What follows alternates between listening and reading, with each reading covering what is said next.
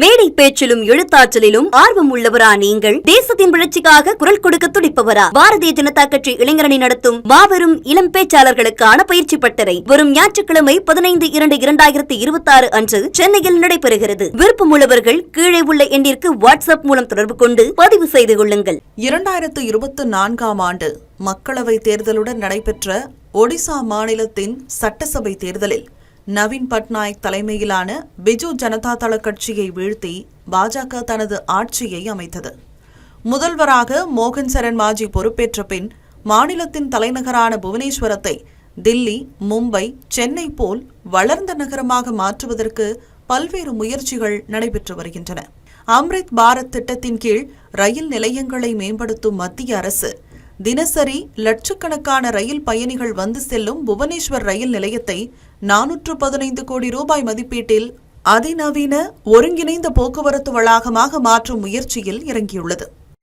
ரயில் நிலையமாக மட்டுமில்லாமல் பேருந்து முனையம், பிரம்மாண்ட வணிக வளாகங்களை உள்ளடக்கியதாக அமைக்கப்படும் இந்த மல்டி மாடல் மையம் நடப்பாண்டின் இறுதிக்குள் பொதுமக்களின் பயன்பாட்டிற்கு கொண்டுவரப்பட உள்ளது.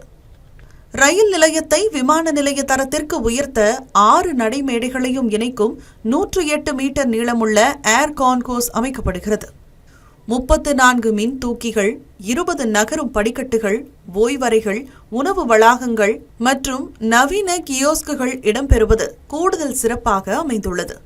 11 மாடி மேற்கு தொகுதி மற்றும் 3 மாடி கிழக்கு தொகுதி கட்டடங்கள், பசுமை நிலப்பரப்பு, EV சார்ஜிங் நிலையங்கள் மற்றும் மாற்றுத்திறனாளிகளுக்கான சிறப்பு வசதிகள் இருப்பதால் புவனேஸ்வர் நிலையம் ஒடிசாவின் மிக முக்கியமான போக்குவரத்து மையமாக உருவெடுக்கும் என எதிர்பார்க்கப்படுகிறது.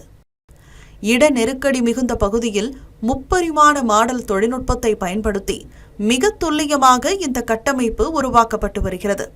புவனேஸ்வரில் ஒரே கூரையின் கீழ் பஸ் மற்றும் ரயில் சேவைகள் இணைக்கப்படுவது முக்கியத்துவமானதாக பார்க்கப்படுகிறது.